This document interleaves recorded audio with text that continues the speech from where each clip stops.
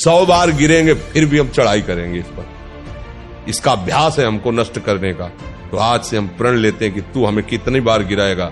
अविनाशी का बच्चा हूं, अविनाशी ही हूं। शरीर बदलते रहेंगे लेकिन हम तेरे को देख लेंगे एक दिन तुम जीत जाओगे। ये घबराने वाला मार्ग नहीं, डरने वाला मार्ग नहीं, उदास होने वाला मार्ग नहीं। 100 बार गिरो फिर भी पीछे मुड़ो मत, अगला कदम आगे बढ़ाओ, जीत जाओगे।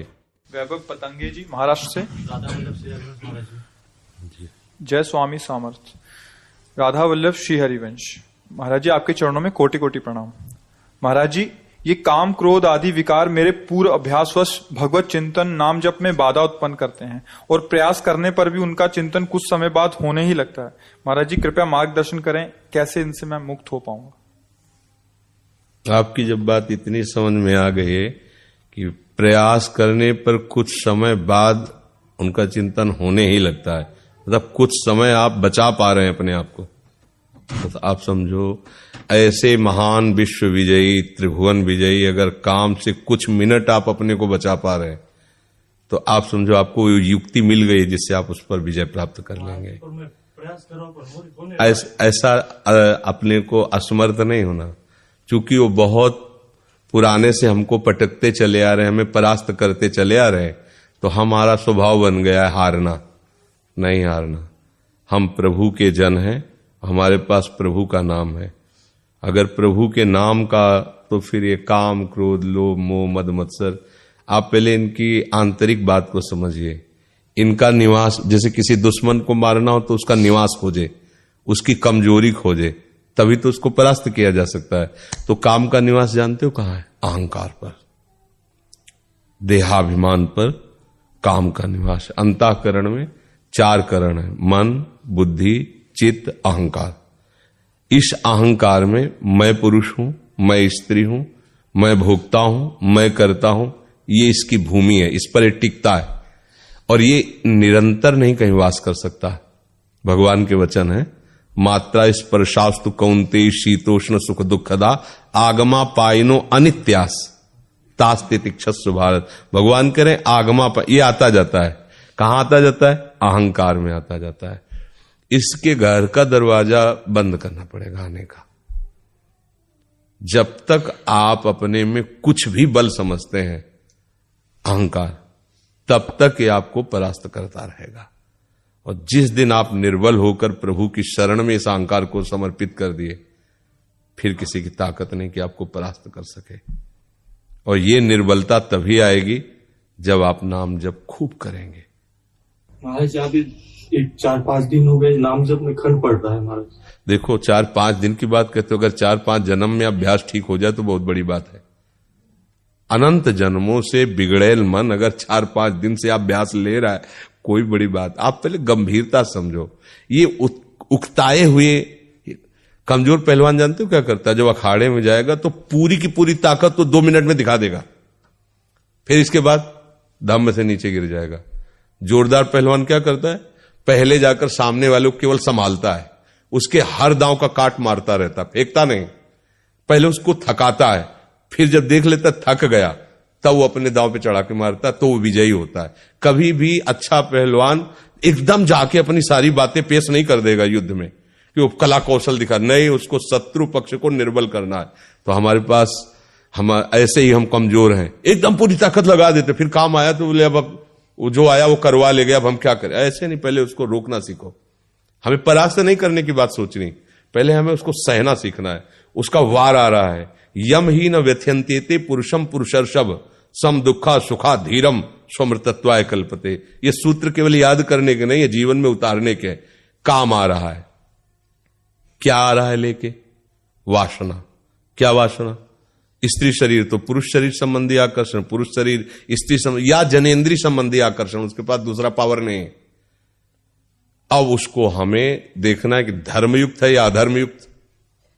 अगर धर्मयुक्त है, गृहस्थ है, हम कहीं विवश हो रहे हैं तो उसमें कोई पाप नहीं है, तुम्हारे घर का सूत्र है, गृहस्थ धर्म में हो। नहीं है, अब हम उसका जो आवेश आ रहा है काम का, राधा राधा राधा राधा यम ही न व्यथ्यंते। हे पुरुषों में श्रेष्ठ, जो उस व्यथा को सह जाता है, व्यथित इतना नहीं होता कि पागल हो जाए, वो परम पद का अधिकारी होता है, तो हमें सहना पड़ेगा ना। हमारे अंदर काम आ रहा है राधा राधा राधा राधा राधा राधा, वो कह रहे यहां चलो, ये देखो, ये खाओ पियो, हर बात अनसुनी, नहीं मान रहे। अब वो हमारा क्या बिगाड़ लेगा? बोलो क्या बिगाड़ लेगा?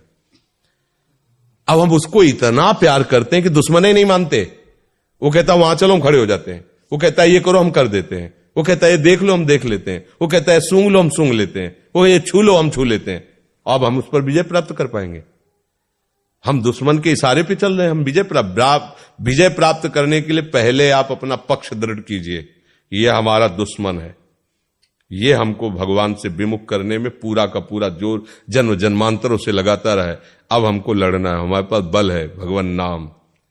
हाँ, नाम रूपी जहाज में चढ़ गए, पार हो गया बहुत समुद्र से। ये मगरमच्छ आदि जो काम आदि है, ये तैरने वाले को लील सकते हैं, जहाज पे चढ़ने वाले को नहीं। नानक नाम जहाज है, चढ़े सो उतरे पार। नाम पर बैठ गया ना, पार हो गया। आज तक कोई ऐसा नहीं मिला कि हम नाम रूपी जहाज पे बैठे भैया बूढ़ गए, जीवन भर गंदा आचरण बना और अंतिम समय अपने बालक के लिए नाम उच्चारण कर लिया नारायण, तो भगवान का पार्षद आ गए और उसका मंगल कर दी। नाम जप करो। और ये छोटी मोटी लड़ाई नहीं है, बड़ी ऊंचाई तक ये अपना अधिकार रखते हैं, क्योंकि ये भगवान की ही शक्ति से शक्तिमान है। और वो ऊंचाई जब तक अहंकार इतना भी रहेगा तब तक गिरना पड़ेगा, ये ध्यान रखना। वो अहंकार मिटिया मिट ऐसे ही होगा जब अंतिम समय देखते हैं कि हार गया। ये जीव बहुत कपटी है, ये कहेगा कि मैं हार गया, लेकिन अंदर से नहीं हारता। भगवान अंदर की बात देखते हैं। जब अंदर से हार गया तो हरि गुरु उसकी बांह पकड़ लेते हैं। फिर गुरु मेहरबान, चेला पहलवान, कोई उसे परास्त ही नहीं कर सकता, कोई परास्त नहीं। ऐसा नहीं कि ये काम क्रोध केवल आपको ही सताए हैं, ये संतों को तो आते ही नहीं है या आए ही नहीं है। सबको रोना पड़ा है, सबको भगवान से प्रार्थना, नाथ मुझे बचा लो। और प्रभु का नाम, प्रभु का बल, धीरे धीरे ऐसी स्थिति, ऐसी ऊंचाई आई कि वो छू ही नहीं पाते उन्हें, निर्मल अवस्था में भगवान। और आगे चलकर तो कोई काम आदि रह ही नहीं जाते, सब भगवत स्वरूप हो जाते हैं, सब भगवान है, सब में प्रभु, ऐसा अनुभव होने लगता है। पहली बात तो घबराओ मत। ये जो हमारा रोना धोना शुरू हो जाता है, ये सबसे बड़ी हानि है। शत्रु पक्ष के लिए तुम इतने कमजोर हो गए हो। अरे भाई ऐसा नहीं, हम भगवान के बच्चे हैं यार, मतलब ऐसा क्या? वो भगवान की शक्ति से शक्तिमान होकर त्रिभुवन में झंडा फहरा रहा है और हम भगवान के बच्चे होकर रो रहे हैं यार, कैसे? मतलब हम भगवान को अपना नहीं माने, इसीलिए सच्ची बात है। जिस दिन आप अपने गुरु के हो जाओगे, भगवान के हो जाओगे, तो आपके अंदर एक तेज आ जाएगा, एक शक्ति आ जाएगी, सबसे लड़ने की सामर्थ्य आ जाएगी। साधु अकेला होता है, पूरा संसार एक तरफ होता है। सच्ची बात वाले में जो सत्य मार्ग के साधु है, अकेला होता है। हर संसार का व्यक्ति, वस्तु, स्थान उसको परास्त करने के लिए होता है, और वो अपने चिंतन को सबसे समेट कर एकमात्र भगवान में लगाता है।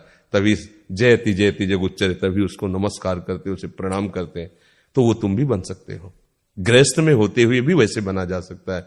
इसलिए हमारी प्रार्थना है, पहले तो आप रोइए मत, किसी भी पीड़ा में रोइए। रोना है तो प्रभु के प्यार में रोइए, बस। ये आंसू केवल प्रभु के प्यार के लिए नहीं, हर परिस्थिति को सहने के लिए तैयार रहो। भगवान के जन हो, ऐसे छोटी मोटी बात आई रो दिया बच्चों की तरह नहीं। 100 बार गिरेंगे फिर भी हम चढ़ाई करेंगे इस पर। इसका अभ्यास है हमको नष्ट करने का। तो आज से हम प्रण लेते हैं कि तू हमें कितनी बार गिराएगा। अविनाशी का बच्चा हूं, अविनाशी ही हूं। शरीर बदलते रहेंगे लेकिन हम तेरे को देख लेंगे एक दिन तुम जीत जाओगे।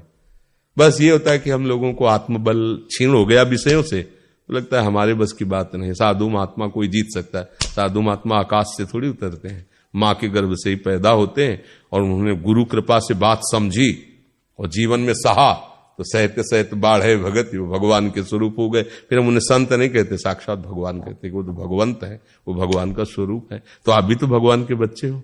जितनी सामग्री यहां है उतनी सामग्री आप में है, अंतर नहीं है। आप जगा लो, आपके सब हृदय में है, आप जगा लो। जितना चाहो उतना आप ज्ञान प्राप्त कर लो, आनंद प्राप्त कर लो, भक्ति प्राप्त कर लो। ये घबराने वाला मार्ग नहीं, डरने वाला मार्ग नहीं, उदास होने वाला मार्ग नहीं। 100 बार गिरो फिर भी पीछे मुड़ो मत, अगला कदम आगे बढ़ाओ, जीत जाओगे, क्योंकि प्रभु है। अगर यार 100 बार हार गया तो अब क्या होगा? नहीं, ये अगर प्रभु का बल लेकर हमको परास्त करता है तो हम भी प्रभु का बल ले। हम भी तो अविनाशी हैं, हमारा स्वरूप अविनाशी है, शरीर विनाशी, शरीर बदलते रहेंगे। देखेंगे एक दिन तो तेरे पर विजय प्राप्त, पक्का जीत जाओगे।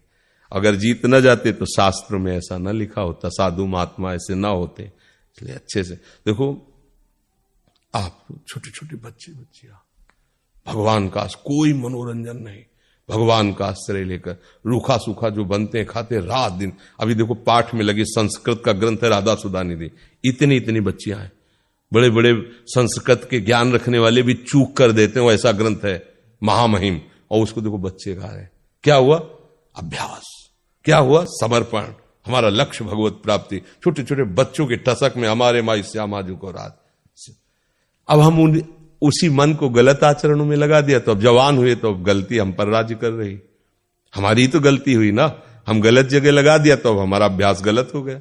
हमको अभ्यास सुधारना है, बिल्कुल घबराना नहीं। नाम जप हमको अपनी जिह्वा से करना है।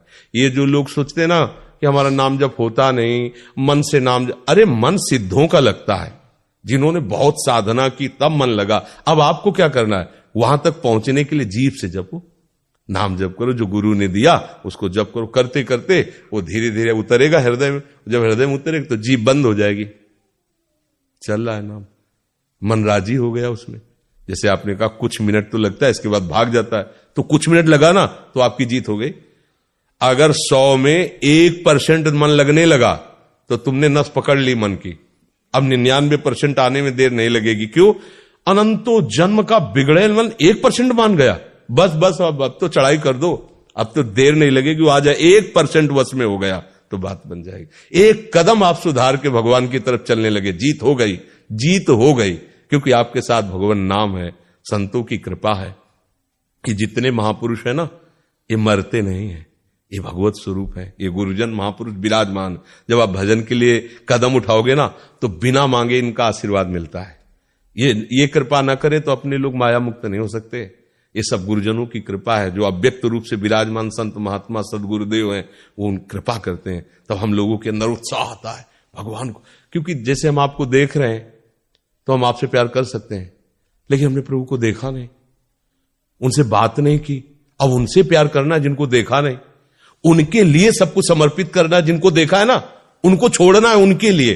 कितनी कठिन बात। जिनको देखा नहीं, जिनसे हमने कभी बात नहीं की, उनके लिए सब कुछ काट देना है संसार का, नहीं रखना किसी से प्यार, नहीं हमें कोई भोग भोगने, उनके लिए। ये हमारी सामर्थ्य है। ये उन अव्यक्त महापुरुषों के संतों की जो विराजमान है वो कृपा कर देते, तो ऐसे नांगे हमें पता भी नहीं चला और भगवान के मार्ग में चलने लगे। तो उनकी कृपा केवल हमारे ऊपर या इन्हीं के ऊपर थोड़ी कि लाल पीला पहने तो उनकी कृपा नहीं, उनकी सब पर मोरी बराबर दया। भगवान ने कहा ना, सब मम प्रिय सब मम उपजाए। भगवान सब मेरे प्यारे हैं, सब मेरे बच्चे हैं सब। हाँ, अब जो बच्चे कुमार्गगामी हैं तो फिर दंड विधान है, फिर उसे भोगो। उनका प्यार किसी के लिए पक्षपाती नहीं होता, वो बहुत कृपा करते हैं। और जब आप उनका भजन करते हो तो आपको अनुभव में आता है कि भगवान पक्षपात करके हमें ज्यादा प्यार कर रहे हैं। और एक को लगता है भगवान जो है हमारे ऊपर नाराज है। तुम ऐसे कर्म कर रहे हो तो तुम्हें ऐसा अनुभव हो रहा है, वो नाराज नहीं है, वो तो बड़े कृपालु हैं, वो तो हर समय कृपा ही करते रहते हैं। समझ में आ गई बात?